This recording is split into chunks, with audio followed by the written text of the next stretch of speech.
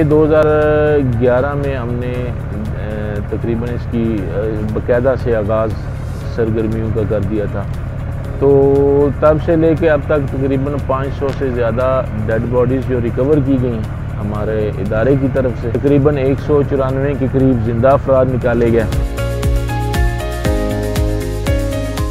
Swift water जो होता है इसके अंदर काम करना बहुत मुश्किल काम होता है, क्योंकि ये बंदे को ड्राइवर को नीचे टिकने नहीं देता और सही तरीके से काम नहीं करने देता। और मुजफ्फराबाद से निकलने वाला जो झेलम है इसमें इतना कचरा भरा हुआ है कि ड्राइवर कहीं ना कहीं ज़ख्मी हो जाता है। यहाँ को हादसा हो जाए तो अक्सर ड्राइवर्स उनके यानी कि ग्लव्स कट के अंदर जाके जिस्मों को कट लगते हैं।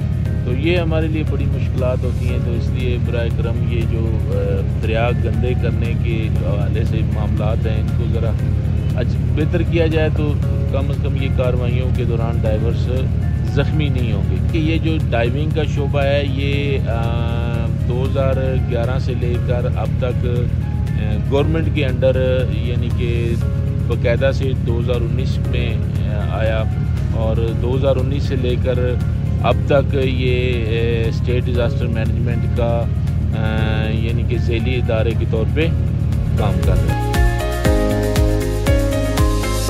इस वक्त हमारा जो रेस्क्यू सेंटर है वहाँ जो सामान की सूरत हाल है वो काफ़ी खस्ता हाल है। तो पिछले अरसे में एक कश्ती हमने मंगवाई थी।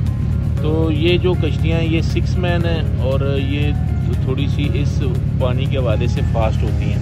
12 बंदों की कश्तियाँ हैं वो भी होनी चाहिए। तो ये जो चीज़ें हैं इनके हवाले से अभी तक गाय माय जिस तरह की ज़रूरत पेश आ रही है ख़रीदारी हम कर रहे हैं, लेकिन वो उस अंदाज़ की चीज़ें अभी मुयस्सर नहीं हैं कि जो फास्ट वाटर रेस्क्यू के हवाले से चीज़ें होती हैं। बाहर से जो डाइवर्स आते हैं वो इन लड़कों की हिम्मत को देखकर बहुत मुतासर होते हैं। अगर ये एक तहफ़्फ़ुज़ टूरिस्ट को मिल जाए तो ये इस इलाके के लिए और ये जो प्रायोरिटी है गवर्नमेंट की उसके लिए बहुत बड़ा संग मील अबूर करेंगे कि लोग अपने आप को जब महफूज समझेंगे, एक महफूज टूरिस्ट स्पॉट मौजूद होंगे, जगह जगह पे डाइवर्स और स्विमर मौजूद होंगे, तो ये चीज़ें फिर फ़ौरन रेस्क्यू के काबिल चीज़ें जो होती हैं वो की जा सकती हैं।